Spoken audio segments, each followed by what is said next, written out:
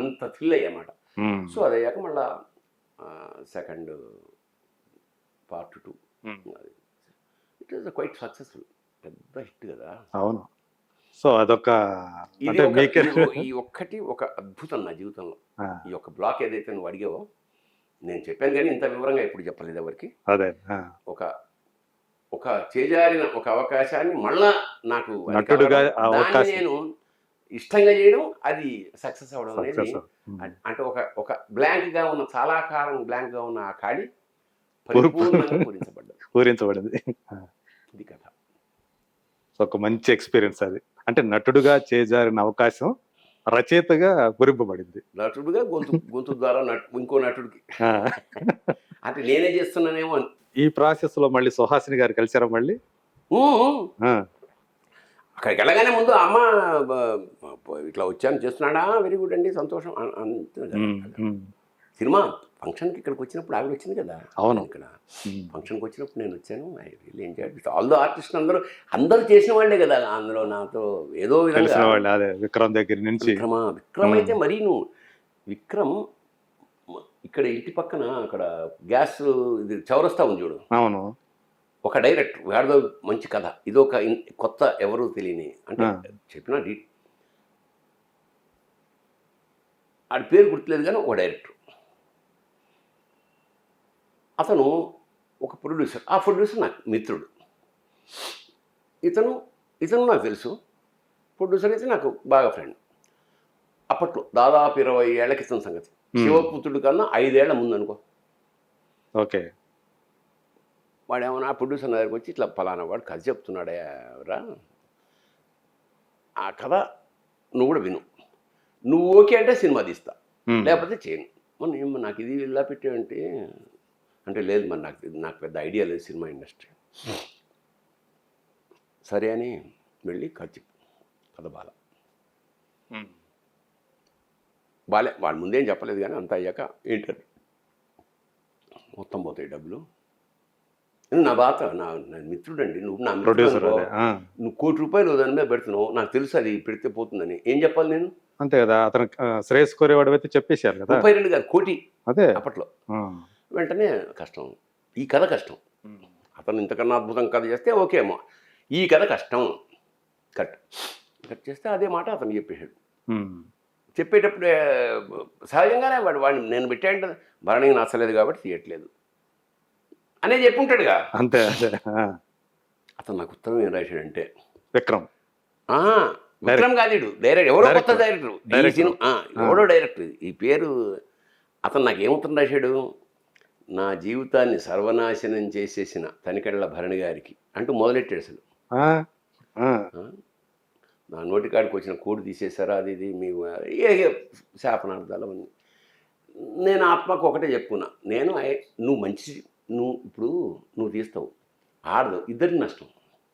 ఇప్పుడు ఒకరికి లాభం, ఇంకొకరికి నీకు నష్టమే కదా. సినిమా ఆడకపోతే నిన్నెవరు పెట్టుకుంటాడు? అంటే నీ ఫ్రెండ్ నష్టపోకుండా ఇతన్ని కూడా ఒక విధంగా కాపాడి, చెత్త సినిమా తీయకుండా ఇంకో మంచి సినిమా చేసుకోవాలి. సో కొన్నాళ్ళు అతను చాలా బాగా సహజంగా ఒక బాధ, నేను ఇంతకంత పడినా అంతకన్నా 100 రెట్లు పడి ఉంటాడు. అంటే డైరెక్టర్ అది అయిపోయింది. మళ్ళీ వాడే ఆ డైరెక్టరే రియలైజ్ అయ్యి, లేదు సార్ అప్పుడు తప్పు, చెత్త కదా, అందువల్ల మీరు అన్నారు కదా, ఓకే ఈసారి ఇంకొక మంచి కథ తెచ్చా, ఈసారి నన్ను ప్రొడ్యూసర్ కాదు, ఆల్రెడీ సినిమా తీస్తున్నాడు, మీరు వేషం వేయాలి. నేను ఎందుకనే, నేను యాక్టర్ తప్పకుండా. సరిగ్గా ఇక్కడే మన ఇంటికి వాకబుల్ రోడ్డు మీద గణపతి కాంప్లెక్స్కి యువతల షూటింగ్.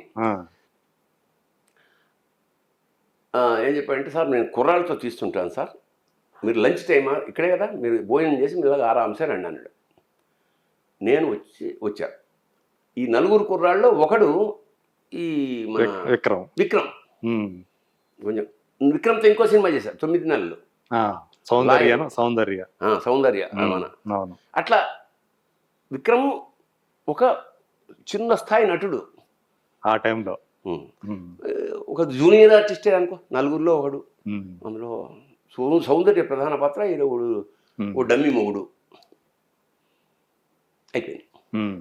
అయిపోయింది. మీరు చెప్పిన దర్శకుడు నటుడు కూడా నటుడుగా కొన్నాళ్ళకి ఉమ్. ఈ సినిమా ఆడలేదు, అసలు అవ్వలేదు, వాడు చచ్చిపోయాడు, సూసైడ్ చేసి చచ్చిపోయాడు. డైరెక్టరా? ఆ, బాత్రూమ్ గడిగే యాసిడ్ ఉంటుంది కదా, ఆ, అది తాగేసి. ఓకే. బాధపడ్డాం, ఏం చేయగలం, అయిపోయింది. ఉమ్. ఎప్పుడు ఆ టైంలో అదే ఆ ఆ సినిమా సినిమా మేము Release చేసిన సినిమా రిలీజ్ అవ్వలే, అదే పూర్తి కాలే. పూర్తి కూడా కాదు. పూర్తి కాలేనే పోయాడు, అది తెలిసిపోయింది అందరికీ. ఓకే. అయ్యో అనుకున్నాం, బాధపడ్డాం, అయిపోయింది. ఒక 10 ఏళ్ల తర్వాత, ఉమ్. ఒక 5 ఏళ్ళ 10 ఏళ్ల తర్వాత, 10 ఏళ్ళ 7 ఏళ్ళు ఎంతో, శివపుత్రుడు. అది ఎక్కడ, శివపుత్రుడు కాదు, ఉమ్. శివపుత్రుడికి నేషనల్ అవార్డు వచ్చేసింది. అప్పటికి వచ్చేసింది. ఓకే. వచ్చేసి అందరూ అంటున్న టైంలో ఉమ్. నేను సాంబా సినిమా కోసం కారైకుడి వెళ్ళాం. ఇది మన జూనియర్ ఎన్టీఆర్ది ఉమ్. సాంబా. ఉమ్. అక్కడ ఉన్న పెద్ద హోటల్ ఒకటే, అందులో మనకు రూమ్ ఇచ్చారు. కింద విక్రము వేరే సినిమా కోసం వచ్చాడని తెలిసింది. ఉమ్. మనకు పరిచయం కదా, వెంటనే ఫోన్ చేసి ఐ వాంట్ టు మీట్ అని చెప్తే, జిమ్లో ఉన్నాడు. తర్వాత 1 గంట తర్వాత రమ్మన్నాడు. నేను వెళ్ళా, చాలా కావాలించుకుని, నేను very great, I have seen this film, చాలా నేను చూశాను ఈ సినిమా, తెలుగు చక్కగా బాగా మాట్లాడతాను. ఉమ్.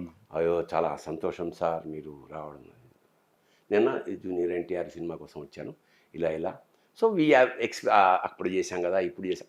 అతను మాట అన్నాడు, అవును సార్, ఒక చిన్న ఇది ఇన్ఫర్మేషన్, ఆ సినిమా చేసి 5 years దాటేసింది కదా, అది సినిమా ఆగిపోయిందని నాకు తెలిసింది, కెన్ వీ హెల్ప్, ఇప్పుడు నేనేమన్నా హెల్ప్ చేయను అతనికి, ఆ డైరెక్టర్కి. ఉమ్. సార్ ఆ డైరెక్టరే పోయాడు సార్ అని చెప్పా. ఉమ్. తెలియదు తనకి. విక్రమ్ యొక్క గొప్పదనం చెప్పండి, ఉమ్. అది గుర్తుపెట్టుకుని మనం చెప్పడం. ఏమైనా హెల్ప్, ఆర్థికంగా ఇప్పుడు బాగున్నా కదా ఉమ్. నేనేమైనా హెల్ప్ చేస్తే ఆ డైరెక్టర్కి ఏమైనా మళ్ళీ ఆ సినిమా బయటకు వస్తుందా, ఆ లైఫ్ ఏమన్నా అంటే, అసలు లైఫే లేదు సార్, వాడు డైరెక్టర్ పోయాడంటే బాధపడ్డాడు అనమాట. అట్లా అదొక episode. సో అతను మంచి మనసు కాదు, ఒక ఎలాంటి మంచి అంటే మనసు జీవితంలో- తెలిసింది మీకు కూడా. కాదు, అదే. చాలా సాత్వికుడు, మంచి హెల్పింగ్ నేచర్. ఈ మాట అనరు కదా ఎవరైనా, అవును, అవును, అవసరం లేదు కదా యాక్చువల్గా. పైగా అయిపోయింది ఎప్పుడో కదా, పైగా అందులో తన చిన్న వేషమే, సోలో హీరో కూడా కాదు. చిచ్చి నలుగురిలో ఒకడు, ఒక విధమైన జూనియర్ ఆర్టిస్ట్ అండి. అలాంటిది నేషనల్ అవార్డు వచ్చిన తర్వాత ఈ మాట ఈ మాట అన్నాడు. అదే అన్నాడంటే ఈ మాట మనం ఏమైనా హెల్ప్ చేసి ఆ సినిమాని బయటపడేస్తే డైరెక్టర్కి ఏమైనా ఉపయోగమా? అది ఆ మంచి హృదయం అది. సో మళ్ళీ ఆ చక్రం అలా తిరిగి పొన్నియిన్ సెల్వన్కి ఒక రైటర్గా వచ్చినప్పుడు అట్లా అది నేను ఈ ఈ ఈ సంగతి చెప్పాను కదా, కానీ పాపం ఏదో ఇస్తా గుర్తు తెచ్చుకుని ఇట్లా కలిసినప్పుడు చెప్పానేమో, అతని కళ్ళలో నీళ్ళు తిరిగి వేదిక ముందు కూర్చున్నాడు. Okay. It's nice great experience అండి, మహానుభావుడు అంటే ప్రతిభ ఒకటి, పేరు వచ్చేసింది, డబ్బులు వచ్చేసినా కూడా అహంకారాన్ని అండర్ ప్లే చేయడం అనేది అంటే తెలియకుండా వచ్చేస్తుంటుంది. నన్ను నేషనల్ అవార్డు వచ్చేసిందంటే ఇంకా కొమ్ములు మొలిచేస్తుంటే ఎట్లా, అసలు అలా ఉండడం అనేది గొప్ప విషయం కదా అంటున్నాను. అవి నేర్చుకోవాలి మనం. అంటే హంబుల్నెస్ అనేది చాలా చాలా గొప్పగా అనిపించింది నాకు. కొంతమంది ప్రాక్టీస్తో వస్తుంది, కొంతమందికి జీన్స్లోనే రావచ్చు. అది ఎంత ఎదిగినా ఒదిగి ఉండటం అనే గుణం. తర్వాత మీరు తెలుగు సినిమాలో శివుడు అంటే ఎవరికైనా గుర్తుకొచ్చే ఒకే ఒక్క పేరు తనికెళ్ళ భరణి. అదే ఏమిటంటే, నేను ఆటగదరా శివ రాసిన తర్వాత ఆ బుక్ ప్రింట్ అయ్యాక చాలా సార్లు చాలా సందర్భాల్లో నేను అది పాడడం జరిగింది. అది పాడడం కూడా అంటే నేనేం గాయకుడిని కాదు, చాలా తమాషాగా ఒక సంఘటన, చాలా సీరియస్ సంఘటన. నేను రోజు స్నానం చేసి వెళ్ళి దేవుడి దేవుడు నమస్కారం చేసుకుంటాం, ఒక శివుడి మీద కొంచెం నీళ్లు పోసి అభిషేకం చేస్తాను, అంతవరకే. నేనే పెద్ద శివభక్తుడిని అయిపోయి సాత్సం కాదు, అట్లా ఏం లేదు. భక్తి అనేది అందరి జీవితంలో ఒక భాగంలాగే నాకు కూడా అంతే. ఏం జరిగింది ఆ రోజు, నేను న్యూస్ చూస్తే శబరిమలలో ఒక శిఖరం కూలిపోయి 200 మంది తెలుగు వాళ్ళు చచ్చిపోయారు. ఆ న్యూస్ అది ఎప్పుడు ఏ సంవత్సరం అది? అబ్బో 99లో రాశాను నేను, అంటే 98 ఆ ప్రాంతాల్లో. 98. ఓకే. నాకు మనం చాలా, నేను 10 సార్లు వెళ్ళా మా గురువుగారి కోసం, మా గురువుగారితో. అది అప్పట్లో సినిమా వాళ్ళందరూ రాళ్ళపల్లి గారితో వెళ్ళేవాడిని, 10 సార్లు వెళ్ళా. అంటే నాకు అనుబంధం ఉంది. ఏ శిఖరం కూలి ఇంతమంది చచ్చిపోయారు ఇదేంటని ఒక విధమైన బాధ కలిగి అప్పుడే అప్రయత్నంగా నా నోట్లోంచి ఆటగదరా శివ, ఆటగద కేశవ అట్లా వచ్చింది. ఒక రకంగా చెప్పాలంటే ఆసువుగా వచ్చింది అది. ఆసుగా. తర్వాత ఆటగదరా నీకు అమ్మతోడు అని తర్వాత ఒక 22 రోజులు ఒక విధమైన జ్వరం లాగా ఇది రాయాలి ఆటగదరా శివ వచ్చిన. నేను అప్పటికి నాకు సంగీతం అంటే ఇష్టం. మా వీణాపాడి మ్యూజిక్ డైరెక్టర్ అతనితో హార్మోనియం నేర్చుకోవడం ప్రారంభమై 1.5 year అయింది. అప్పటికి నేను మధ్యమావతి రాగంలో నేను మాస్టర్ చేసా. అంటే ఇక్కడ కూర్చునేవాడు ఇక్కడే కింద. షూటింగ్ లేకపోతే లంచ్ వరకు కూర్చునే ఉండేవాడు. అట్లాగా 7 గంటలు ప్రాక్టీస్. సో ఆ పర్టికులర్ మధ్యమావతి రాగం మీద కమాండ్ వచ్చింది. ఈ ఆటగదరా శివ అదే రాగంలో ఆటగదరా శివ ఆటగద కేశవ ఆటగదరా శివ ఆటగద కేశవ ఆటగదరా నీకు అమ్మ తోడు ఆటగదరా శివ ఆటగద కేశవ ఆటగద జననాలు ఆటగద మరణాలు మధ్యలో ప్రణయాలు ఆట నీకు ఆటగద సొంతాలు ఆటగద పంతాలు ఆటగద అంతాలు ఆట నీకు ఆటగదరా మన్ను ఆటగదరా ఆటగదరా నలుపు ఆటగదరా తెలుపు నలుపు తెలుపుల గెలుపు ఆట నీకు ఆటగదరా మన్ను ఆటగదరా మిన్ను ఆటగదరా మన్ను ఆటగదరా మిన్ను మిథ్యలో ఉంచి ఆడే మధ్యలో కాదు మిథ్యలో ఉంచి ఆడేవు నన్ను ఆటగదరా శివ ఆటగదవే కేశవా. ఫస్ట్ నాకు గురుతుల్యుడు నాకు మహా ఇష్టమైన మా బేటూరు గారి దగ్గర తీసుకెళ్ళి సమర్పించారా? పరమాద్భుతంగా ఉంది నాయన. నాకు ముందు మాట రాసేవాడి సార్ రాసిచ్చాడు సీతారామ శాస్త్రి. ఒరే నీకు మాట కాదురా పాటే రాసిస్తాను అని అన్నమాట అని ఒక పాట రాసిచ్చాడు. జొన్న విత్తుల సాంవేదం ఎవరైతే శివతత్వం మీద రాసిన వాళ్ళందరికీ వెళ్ళి ఆ తర్వాత ఆ బుక్ ప్రింట్ అయింది. ఆ బుక్ ఆవిష్కరణకి చిరంజీవి గారితో చేద్దామని అది కుదరలేదు. ఎందుకంటే ఆయన కూడా రాజస్థాన్లో షూటింగ్ చేయాలి. ఈ రకరకాల కారణాల వల్ల బుక్ అయితే ప్రింట్ అయిపోయింది, డిస్ట్రిబ్యూట్ చేసేసాం. ఇది నువ్వు అన్నది అన్నమాట ఇండస్ట్రీలో శివుడికి పిఆర్ఓ టైపులో తయారయ్యన్నమాట. అంటే శివుడికి ఇది బాగుంది శివుడికి పిఆర్ఓ. చిరంజీవి గారు ఎప్పుడు కలిసినా కావలించుకుని శివోహం అంటాడు.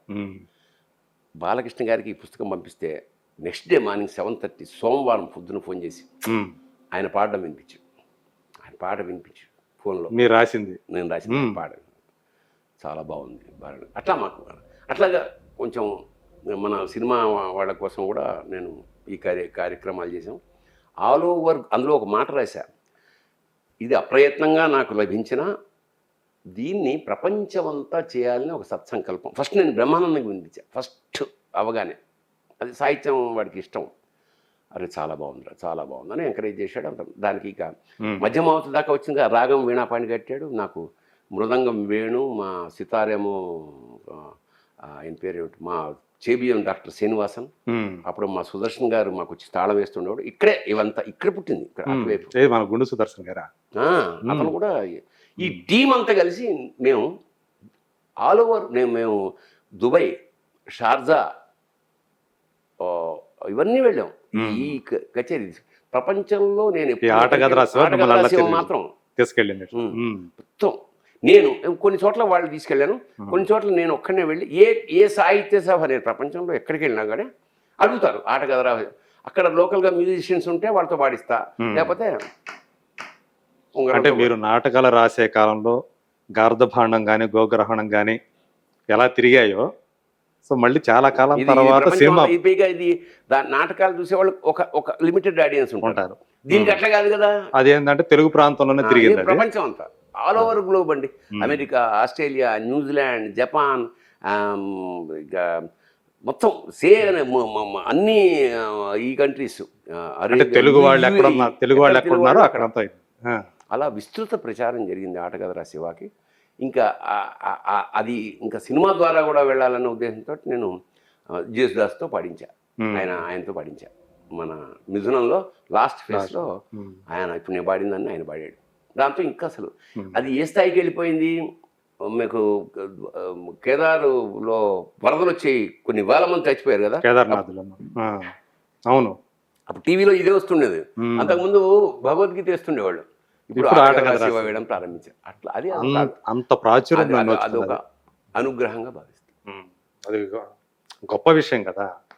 మీరు రాసింది ఆ శివుని మీద, శివతత్వం మీద అంత ప్రాచుర్యానికి నోచుకోవటం. సింపుల్ పదాలు, జనానికి ఏమైనా ఇబ్బంది లేని పదాలు, అందరికి వెంటనే అర్థమయ్యే పదాలు. ఇప్పటికీ అది ఎక్కడో చోట మోగుతూ ఉండటం అనేది చాలా చాలా చోట్ల చాలా ముఖ్యంగా అందరూ అడుగుతుంటారు పర్మిషన్, మేము పాడుకుంటామండి. అసలు రాసిందే పాడుకోవడానికి కదా. అమెరికాలో కానీ అక్కడ ఇక్కడ యూరప్ ప్రత్యేకంగా దీనికి మొన్న ఒమన్లో ఆటగదరా శివ కోసమే పిలిచారు. అక్కడ నేను వెళ్ళేటప్పుడు కల్చరల్ ప్రోగ్రామ్ అనుకున్నా, వేదిక మీద పెద్ద శివలింగం ఒమన్లో. Oman, okay. అక్కడ మొత్తం 2000 మంది ఆడియన్స్ ఆటగదరా శివ కచ్చేది. ఎంత మనసుకు ఎంత ఆనందంగా ఉంటుంది అసలు, అది వర్ణనాతీతం. ఒమన్లో అదే అసలు మన ప్రాంతం కాదు, ఇస్లామిక్ గల్ఫ్ కదా, గల్ఫ్ కంట్రీలో అలాంటి ఇది రాపించడం అనేది. అలాంటి ఆయన మీరు ఎంతో ఇష్టంగా ఒక శివభక్తుడి కథ రాసుకున్నారు, భక్త కన్నప్ప. సునీల్తో చేయాలనుకున్నారు. అవునవును. సో సంభవం ఏదో కారణం చేత మీ దగ్గర నుంచి మోహన్ బాబు గారు కొనుక్కున్నారు, మీరు ఇచ్చేశారు. ఈరోజు అది ఒక పాన్ ఇండియా లెవెల్లో చేస్తున్నారు. మంచు విష్ణు 100 కోట్ల పైనే అంటున్నారు. ప్రభాస్ చేస్తున్నాడు అని వింటున్నాం, ఒక మోహన్ లాల్ చేయబోతున్నాడు అంటున్నాం, శివరాజ్ కుమార్ చేయబోతున్నాడు. ఇంత పెద్ద ప్రాజెక్టుగా అది రాబోతా ఉంది. సో మీకేమనిపిస్తుంది? అంటే మీరు ఎంతో ఇష్టంగా, అది మీ ప్రాజెక్ట్, మీ కళల ప్రాజెక్ట్ అని చెప్పుకునేవాళ్ళు కదా, అది ఎలా ఎందుకు ఇచ్చారు అసలు మోహన్ బాబు గారికి? ఉంది అది మన వాళ్ళు కావాలని మీరు డైరెక్ట్ చేయాలనుకున్నాను, కానీ ఒక దశ తర్వాత దాని ప్యాన్ పెరిగిపోయేటప్పటికి మనంతా మిథునం బ్యాచ్ అంతా చిన్న చిన్న సినిమాలకే మనం తప్ప. సో ఇలా ఆటగదరా శివతోటి ఎంతో ప్రాచుర్యానికి నోచుకున్నారు.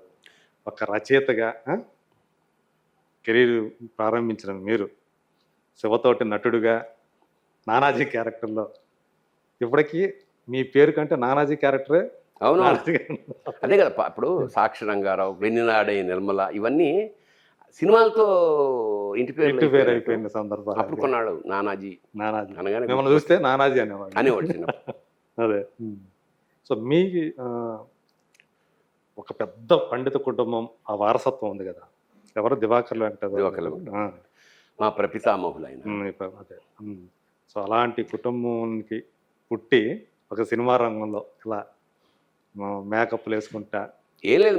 మనకి అంత విద్వత్ అవ్వలేదు, చదువు అవ్వలేదు బేసిక్గా. అందువల్ల నేను ఇటు మా వాళ్ళందరూ మంచి చదువుకున్న వాళ్ళు, నాకు ఒక్కడికి అవ్వలేదు. అందువల్ల నాటకాల వైపు మా గురువు గారు, లేకపోతే అంతా చాలా చిల్లర తిరుగుడే. మా రాళ్లపల్లి గారికి లేకపోయి ఉంటే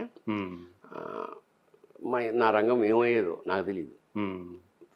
అంటే రాళ్లపల్లి గారు మిమ్మల్ని కుదురుగా, అంటే నాకు నాటకాలండి. ఇప్పుడు మనం ఏ రంగంలో, ఇప్పుడు మనకి చదువు రాదు, స్పోర్ట్స్ లేదు, ఈ గుండాలు వాళ్ళతో స్నేహం. హైదరాబాద్ కాదు, ఇక్కడే చిలకలగూడ రైల్వే క్వార్టర్స్ పక్కన అమాల్ బస్తీ అని ఉండేది. ఇక అన్ని దుర్వ్యసనాలు, సిగరెట్. అప్పుడు నాన్నగారు ఏం చేసేవారు? రైల్వే క్వార్టర్, రైల్వే ఎంప్లాయ్ కదా. అదే రైల్వే క్వార్టర్స్ లో మీరు ఆ వెనకాల ఇదంతా. అంటే మనం ఎలా మారుతాం అనేది మన పుట్టుక కాదు, దానికి కారణం మన వాతావరణం. నువ్వు ఎక్కడ పెరిగావు అనే దాన్ని బట్టి నీ ఇన్ఫ్లుయెన్స్. సో అక్కడంతా మెల్లిగా నెగిటివ్ అంతా అయిపోయి అదే బాగుందేమో. ఆ స్థాయి నుంచి ఎబ్బుకున్న ఒక వెలుగులాగా, టార్చ్ లాగా. బాగా ఫేమ్ ఉండేదా? లేదు కాదు, అదే గుండాలతో తిరగడం. ఇంకా అసిస్టెంట్ పొజిషన్లో ఉన్నాం మనం, అప్రెంటిస్లే. ఓకే. అందువల్లే ఒక్కసారి ఫేమ్ రాలా. ఫేమ్ వస్తే అటు నుంచి అటే, ఫేమ్ అంటే జైలుకి వెళ్ళడమే. అంటే అప్రెంటిస్ ఎప్పుడైనా ఒకటే, నెగిటివ్నెస్ ఈజీగా ఆకర్షిస్తుంది, తేలిక. చాలా ఏం లేదు, ఎలా ఆకర్షించబడతారు చెప్తే. మేమందరం ఫ్రెండ్స్, మేము చదువుకుంటున్నాం అనుకో, ఎవడో ఇలా వచ్చి పాన్ షాప్ దగ్గర అన్నాక పాందే అనగానే వాడు అన్నాక పాన అంటే వాడు ఏ అన్నా ఈ 1,00,000 మంది అన్నలు ఉంటారు. 1980లోనా? 70s 70s లోనే. అనగా కట్టేసి ఇచ్చేస్తే నేరుగా సిగరెట్దే అనేవాడు వీడికి. వాడు ఇచ్చేవాడు. డబ్బులు లేవు, ఫ్రీ. ఇది బాగుంటది కదా. అది ఆడియన్స్ ఎట్లుంటుంది ఇది. వాడు ఇలా వచ్చి అన్నాక పాందే నేరుగా సిగరెట్ది అంటే ఏం మాట్లాడి కిక్కురు మనకుండా ఇచ్చేసి చాలా నమస్కారం పెట్టి వెళ్ళిపోతుంటే మాకు ఇదేమో మనమేమో డబ్బులు కావాలంటే మనం పెట్టాలి, వాడు ఉండవా అంటాడు. ఇదేమో గౌరవం. సో అది గౌరవానికి చిహ్నమేమో. వాళ్ళు మనకి హీరోలు అప్పుడు. అంతేగా, ఇప్పటికి వాళ్ళే హీరోలు. తమ్ముడు మంచివాడు పోలేదు, కిరాతకుడు, దుర్మార్గుడు, నీచుడు, ఇదే కదా నెగిటివ్ ఎలిమెంట్. సరే అల్టిమేట్గా ఏ సినిమాలో అయినా కిరాతకుడు ఉత్తముడుగా మారుతున్నాను, అది వేరే విషయం. ఈ ఈ ఈ ఎలిమెంట్స్ని ఇవి ప్రొవోక్ చేసాయి. సో ఇలాంటి దశలో ఈ ఎట్లు ఫ్లక్చుయేషన్ ఏజ్ కదా, 20 అంటే 20 మంచి టీనేజ్ అంటే టీనేజ్ కొంచెం ఎటు వెళ్దామని తెలియనప్పుడు అప్పుడు నాకు లక్కీగా ఈయన పరిచయం అవడం. ఈయన పరిచయం కావడం నా కాలేజీలో ఏంట్రా నాటకాలు అప్పుడప్పుడు హరికథలు వింటూ ఉండేవాడు. నాకు హరికథలు అంటే చాలా ఇష్టం. కుటుంబంలో సికింద్రాబాద్లో మా పక్కన మురళీ మందిర్ అని ఉండేది. హరికథ వింటుండే. అసలు ఏమిటి ఆశ్చర్యపోతుండేవాడు అంటే ఒక్కడే మొత్తం రామాయణం మొత్తం భారతంలో అన్ని పాత్రలు ఈయన వేసేసి చేసేస్తున్నాడు ఎట్లా అని ఆశ్చర్యం. ఎట్లా సాధ్యం? అది వచ్చి నేను ఇమిటేట్ చేస్తూ గిడతలు పెట్టుకుని నువ్వు బొట్టు పెట్టుకుని పంచె కట్టుకుని. సో అది ఆకర్షించడం అనేది మీకు ఒక ప్లస్ పాయింట్ అయింది అక్కడ. అది అంతేగా, అది కళ. ఇప్పటికీ నేను చాలా గౌరవిస్తాను. అట్లా one of the greatest art form, the only greatest form నాకు హరికథ. ఎందుకంటే ఒక్క వ్యక్తి 2.5 గంటలు, ఇప్పుడు ఒక సినిమా 2.5 గంటలు చేసి ఆడించడం, ప్రేక్షకుడిని కదలకుండా కూర్చోబెట్టడం ఎంత కష్టం. అవును, ఇన్ని కోట్లు పెడితే ఎన్నో పాత్రలు ఉంటాయి. అక్కడేముంది, ఓ దండ, ఓ చిడతలు, ఓ మృదంగం, వైలిన్, అంతే. 2 hours 2.5 hours 14 రోజులు వారోత్సవాలు, నవరాత్రి 9 రోజులు చెప్పేవారు కదా. ఒకటే కదా భారతం. అతనే పాత్రలు అభినయిస్తూ అన్ని పాత్రల్ని ఒక్కడే. అతనే కృష్ణుడు, అతనే అర్జునుడు, అతనే గుర్రం. అవును, సకిలింపులు కూడా అతనే చేస్తాడు, సకిలిస్తాడు. ఇట్లా ఏమిటి ఇది, ఈ మాయ ఏమిటి అసలు. ఆ తర్వాత ఓ వండర్ఫుల్ ఇస్తున్నా. అది నేను ఇమిటేట్ చేసి ఇంటికి వచ్చి మా పిల్లలని కూర్చోబెట్టి నేను ఆకుల దండ ఒకటి వేసుకుని ఇది ఉందనమాట. అంటే కళల పట్ల ఉన్న ఇష్టం అయితే అండర్ కరెంటే ఉంది, కానీ ఈ పైది కమ్మేసింది. ఈ క్రమంలో నా కాలేజీకి వెళ్ళాం. ఏంట్రా నాటకం అప్పుడంటే కాలేజీ రోజుల్లో 70s అయితే ఆది విష్ణు నాటకాలు లేదా జంజాల గారి నాటకాలు, అన్ని కామెడీ, నాటు ఆది విష్ణు గారి నాటకం. కాకపోతే రెండిట్లో స్త్రీ పాత్రలు. మనకు స్త్రీలు ఎక్కడ ఉన్నారు, మేము మొత్తం కాలేజీలోనే ఇద్దరు ఉండేవారు. ఒక అమ్మాయి తలదించుకునేది, ఒక అమ్మాయి ప్రొడ్యూసర్ మన ప్రిన్సిపల్ కూతురు. ఎవరిని చూడడానికి లేదు, నేను తలదించుకుని ఆడాల్సిందే. ఇంకెక్కడ ఆడపిల్లని తీసుకొచ్చి డబ్బులు ఇచ్చి యాక్ట్ చేయించేంత సీన్ లేదు మాకు అక్కడ. అందరం మాకు ఎక్స్పర్ట్లు ఏవైతే ఉన్నారో వాళ్ళకి బాగా డబ్బులు ఉన్నవాళ్ళు, వాళ్ళు మూలంగా మ్యూజిక్ పెట్టుకున్నారు. ఊరి వినం ఇదేంటి. అప్పుడే మా నాన్నగారు రిటైర్ అయ్యి మేము రైల్వే క్వార్టర్స్ నుంచి అద్దె ఇంట్లోకి ప్రవేశించాం. ఆ పీరియడ్లో ఖాళీ చేయాల్సి వచ్చింది. క్వార్టర్స్ అంటే చాలా విశాలంగా, ఫ్రీ కరెంటు, ఫ్రీ వాటరు, అన్నీ ఫ్రీ. పెద్ద ఓ 10 మంది ఉండొచ్చు, అంత విశాలం. అది మీకు ఒక వైభోగం. అక్కడి నుంచి కట్ చేస్తే అక్కడ మేకులు కొట్టద్దు, ఫ్యాన్ ఎందుకు తిరుగుతుంది, లైట్, ఈఎంఐ ఇదేంటిది. అక్కడి నుంచి సడన్ షార్ట్ షిఫ్ట్, ఇవన్నీ కొంచెం బాధగా. మేము ఆ స్క్రిప్ట్, ఈ స్క్రిప్ట్, ఆ స్క్రిప్ట్ అన్నీ చెక్ చేసి, లేదరా ఇంక మనమే రాద్దాం అని నా ఎక్స్పీరియన్స్లు ఏవైతే ఉన్నాయో అద్దె కొంప ఆయన నాటకం రాశాడు. ఓ సూపర్ రైతు బ్రహ్మాండం. ఎందుకంటే అన్నీ అందరికి తెలిసిన ఇన్సిడెంట్లే. అదే రాత్రి లేట్గా ఎందుకు వచ్చావు, ఇవన్నీ ఉంటాయి కదా. రాసాం. రాస్తే వాళ్ళ నాటకం వేశారు, మా నాటకం అసలు దద్దరిల్లిపోయింది థియేటర్. ఫస్ట్ టైం రచన, first time direction, first time acting. College సాంఘిక college of commerce Tarnaka. Okay. అందులో ఎన్ని మైనస్లు. మళ్ళీ రాధాకృష్ణ కాళిదాస్ అని ఒకడు ఉండేవాడు. జనరల్గా స్టూడెంట్స్ కదా అల్లరి, ఏమ్రా కాళిదాస్ ఏం జబర్దస్త్